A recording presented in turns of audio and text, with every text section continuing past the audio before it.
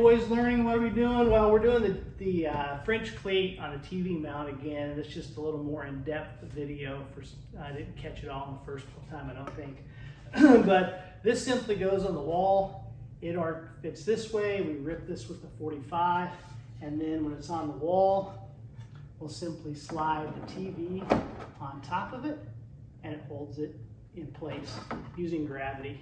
We marked it to the wall so we know which one goes on there. We actually took this one from Kinsley's bedroom, so we're just reusing it again, and we're going to throw it up here on the mantle above the fireplace.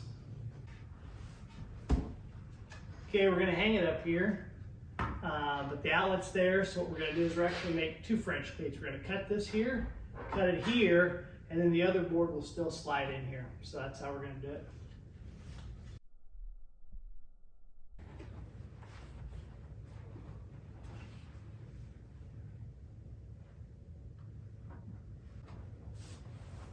Want to step on there? Ready? 1, 2, 3, up. You all right? Yep.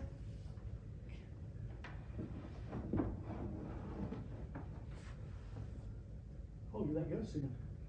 Well, kind of like to let it on and pull a little bit. All right, there you go.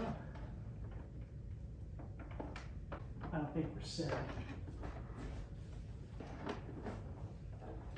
Maybe. I have 4.5 inches on my side of the yours.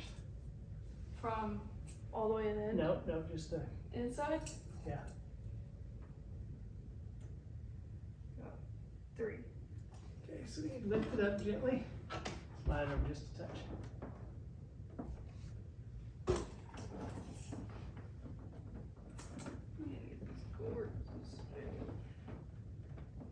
Like 3 3/4. There you go. French cleat DIY TV. We can move to the bedroom next. Thanks for watching.